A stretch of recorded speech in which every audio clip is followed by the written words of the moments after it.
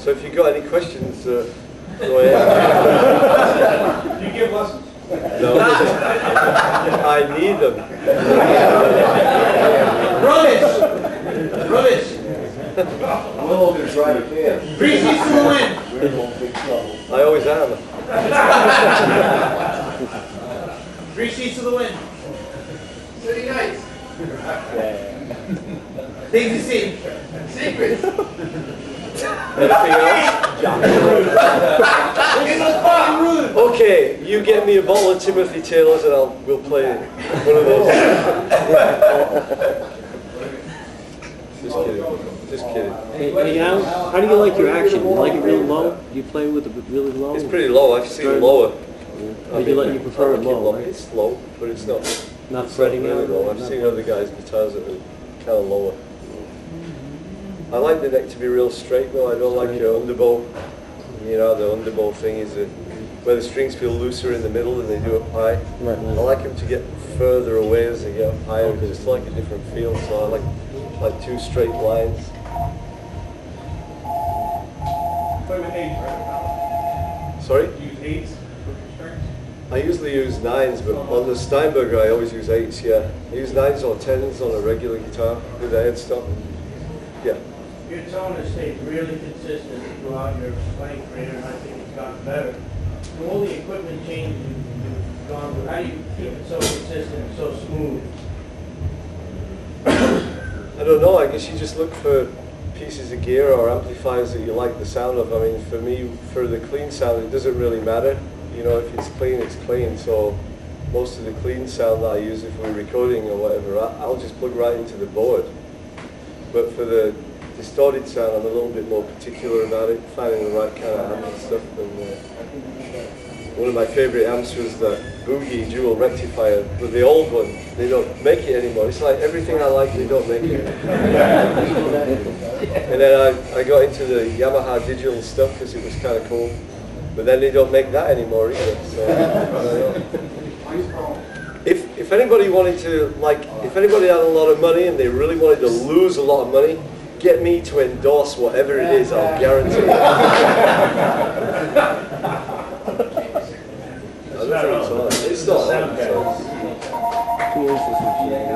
Alan, where's the storm at? Do you find the difference when you're going from the solid state to the tube amp, the way the guitar feels?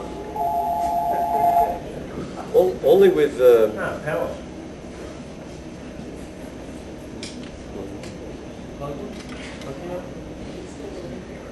well, kind of only with the. To me, there's only kind of.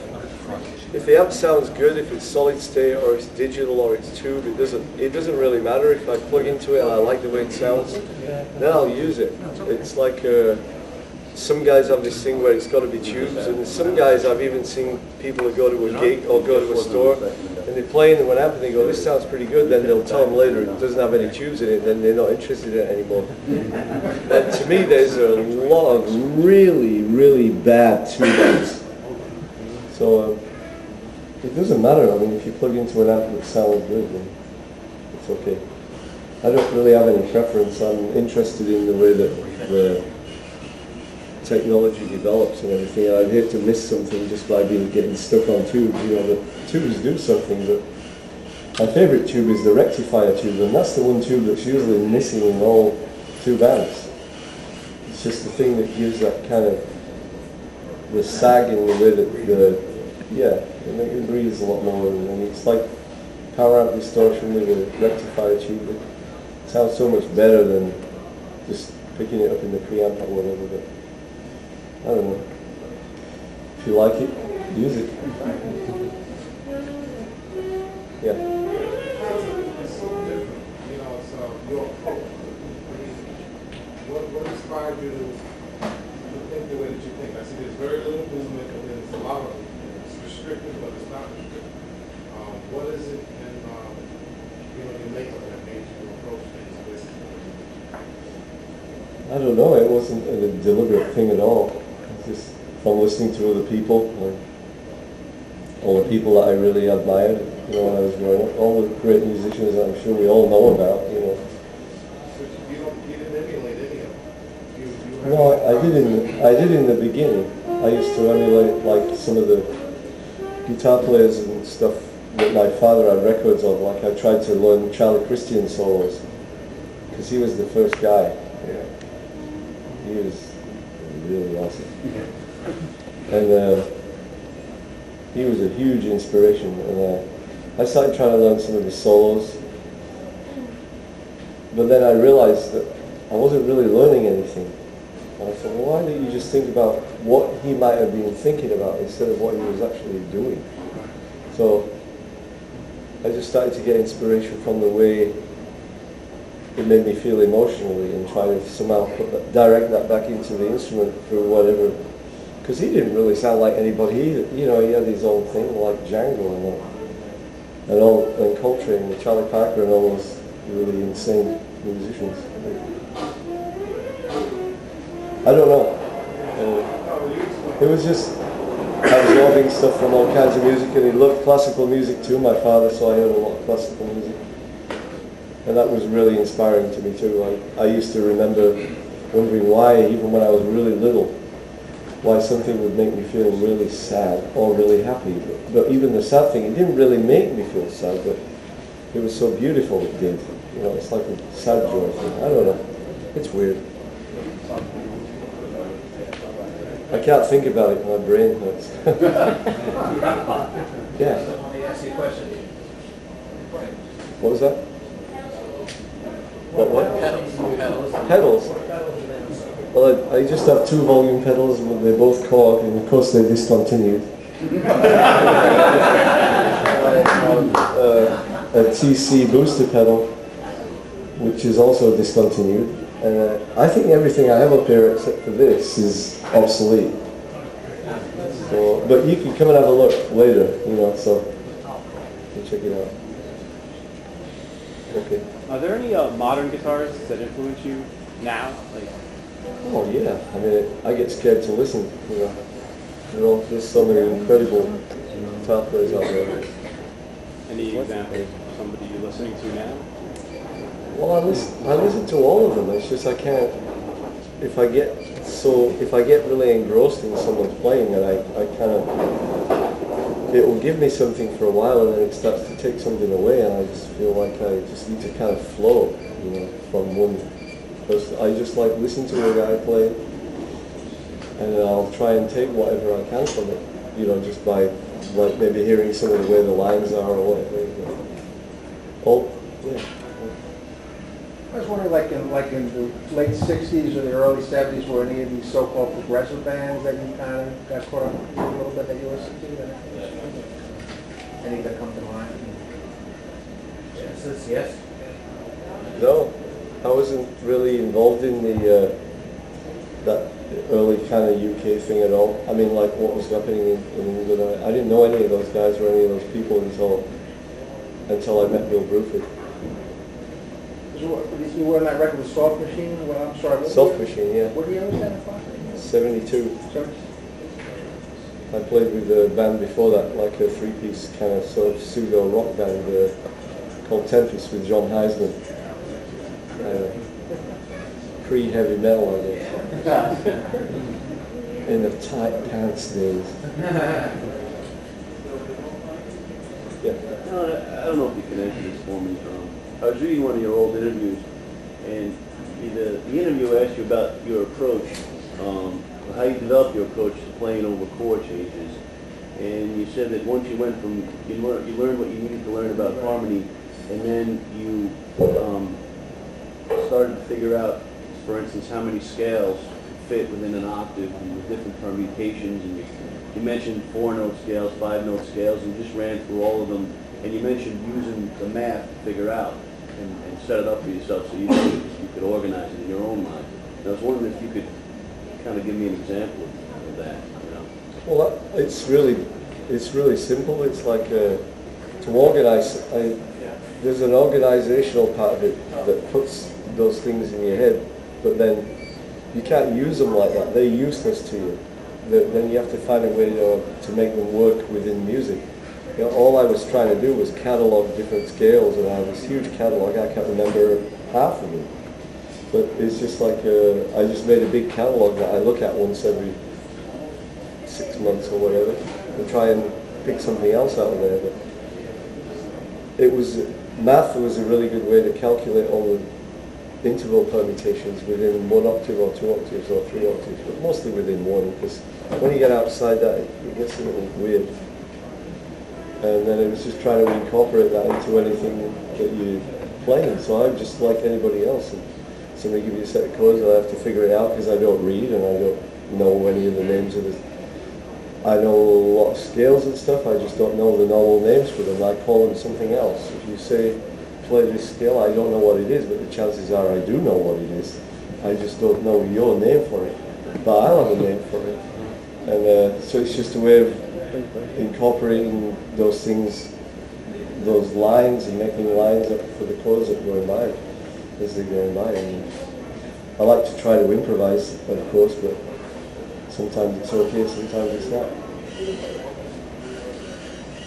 Roll the dice. Yeah. I think a lot of us, I can speak to some of us anyway, I think the first time we heard you was in the UK, and it made a big impression on myself and my friends. I was wondering if you could tell us a little bit about your experiences in that band? Yeah, it was a good experience. They were all really good guys. They were all really good players, and for that kind of music. But it wasn't a really great musical experience for me. Was not? No, it was not. Why is that? Because like the way it was structured is it was like some almost pop music, the way it was kind of put forth. So like Eddie Jobson, he's a wonderful musician, just that he would play the same solo every night, and he would try to get me to play the same solo every night. And I told him up front, I go, I don't even know what I play. So I can't play the same solo, and I don't want to play the same solo. And then we kind of would go at it in a while, and it was a really strange feeling to play all different kinds of things, and it was almost like you were playing with a record, a -1 CD, or because it's like I could play different things or whatever, and nothing would change. It would be exactly the same. So it was kind of a frustrating thing for me. And then at that time I'd met Gary Husband, when it was the opposite, kind of the total reverse of that, where we were actually playing together. And so it didn't, no, the guys were great, but I didn't really belong there. I remember one time, we went to see you years ago at my father's place in Roslyn, you know? Oh yeah. And there was a before guy, it came the unknown John Clark, because you were either ill or something else, you couldn't show up, we were all waiting for you to come down. There was this guy, the unknown John Clark, who was kind of cloning you a little bit. Are you familiar with him at all, or does that name ring a bell? down. Oh, of course he does, yeah. He sent me a bunch of flowers when I recommended him. Oh, really? Actually, I recommended another guy, but Bill didn't. There's a guy called Steve Topping who's playing I really like, but it's really different.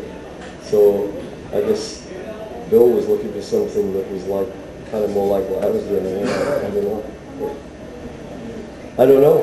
I mean, I don't know where he came. Yeah, he was cloning he's you a good. little bit. Oh, yeah.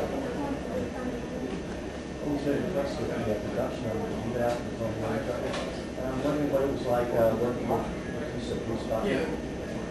Oh, he was an incredible engineer, great engineer.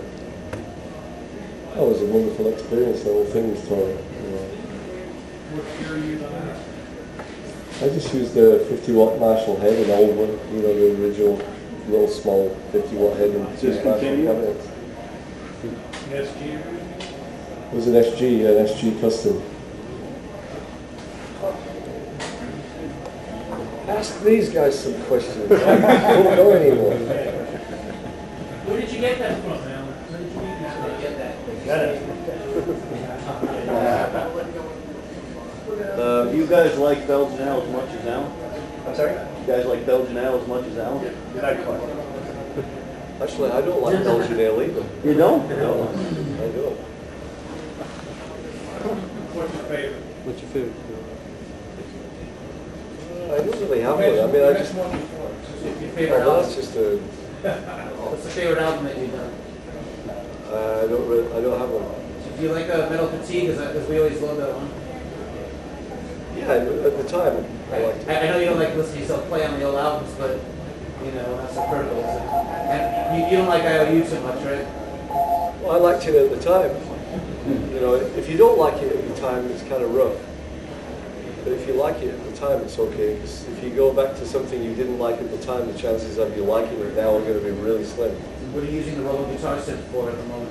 It's not a synth, it's the V guitar.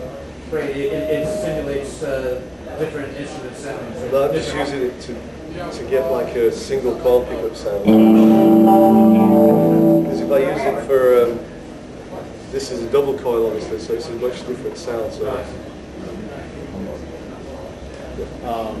I would say one of my favorite albums is Secrets, and Vinnie Colaiuta. You didn't play with him too much, no? Like No. that little time period. Why? Just schedules. I think Yeah. he's a busy guy. Thought it was a good connection. Yeah, it was great. He's insane. Yeah. What happened to Gary Husband? I thought he was like one of the most amazing drummers I've ever heard. The fact that this guy can play all that stuff makes him a pretty amazing drummer, but I was just wondering what happened to that guy, because on those albums, yeah, you know you're great. No, these guys do their, you know, I mean, this is like the band that I've been working with for the last couple of years or more.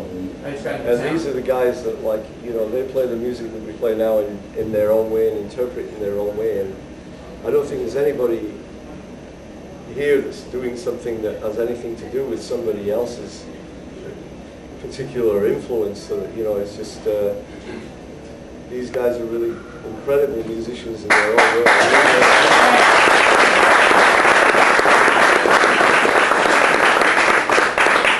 I'm fed up of talking. Can you just speak to the things you see when you haven't got your gun or 3 sheets to the wind? We'll see. Okay. Alan, do you have a daily practice routine? No. No.